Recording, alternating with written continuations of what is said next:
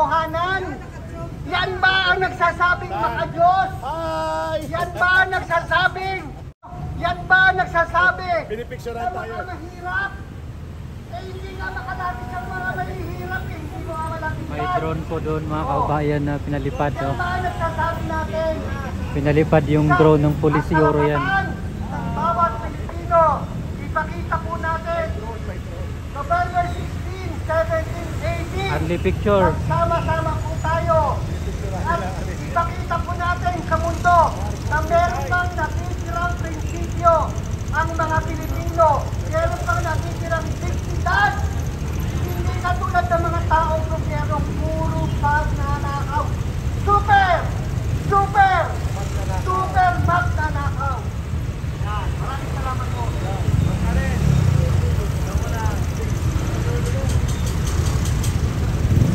Bago po ang pagbalik ni General Daos na isang retiradong general na magpapahayag ang kanyang salubin in behalf of the retirees. Si General Daos po ay nanggaling sa serbisyo ng pansiguridad. For almost 40 years ang kanyang serbisyo.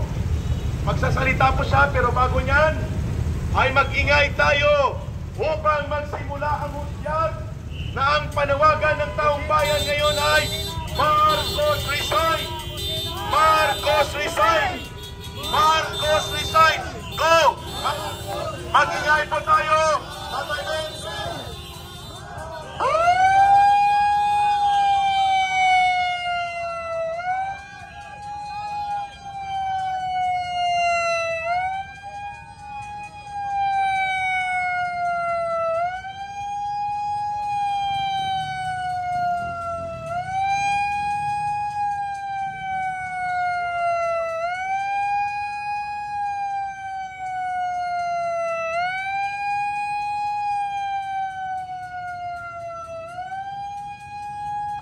Ang panawagan ng sambayanang Pilipino, Marcos resign! Marcos resign! Marcos resign!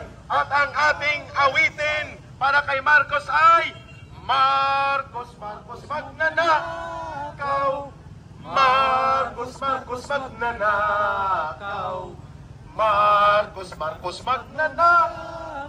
magnanakaw si Marcos! Sabi ni Saldico, ang isa lang na inutos pa lang sa kanya, partial pa lang, 100 billion pesos ang kinulimbab at tinurubo ni Marcos.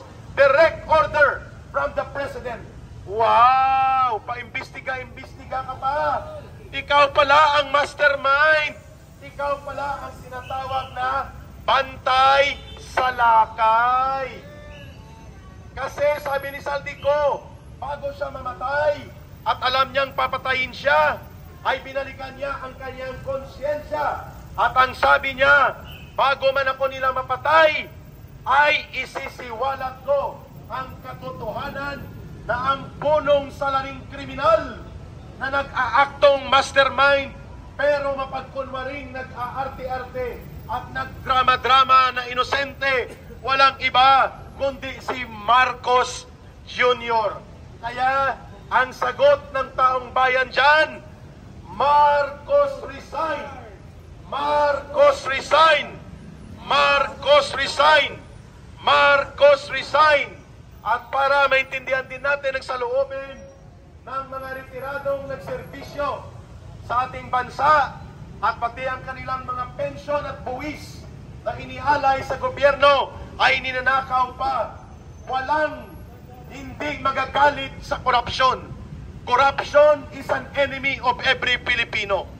Pero higit na nakagagalit ito kung ang pasimuno ng korupsyon ay mismo ang presidenteng sana ay tagapagtanggol ng interes ng kababayan nating at buong mamamayang Pilipino. Subalit ngayon ay bulgar na. Si Marcos Jr. ang mastermind sa mga nakawan at malawakang pandarambong.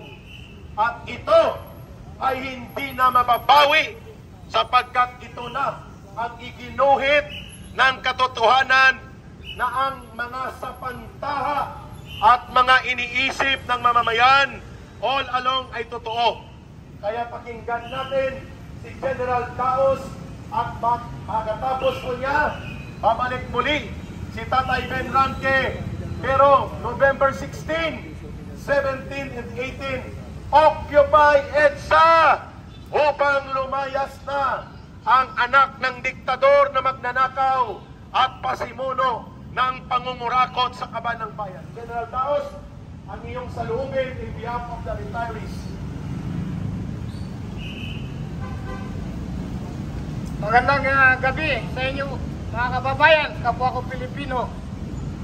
Alam niyo po, galing pa ako ng Region 1. Kay Ilocanohan ko si Apo Presidente BBM Marcos.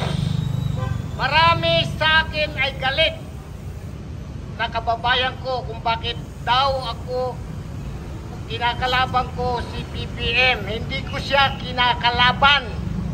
Pero against ako sa kanyang mga patakaran, lalo sa pagnanakaw.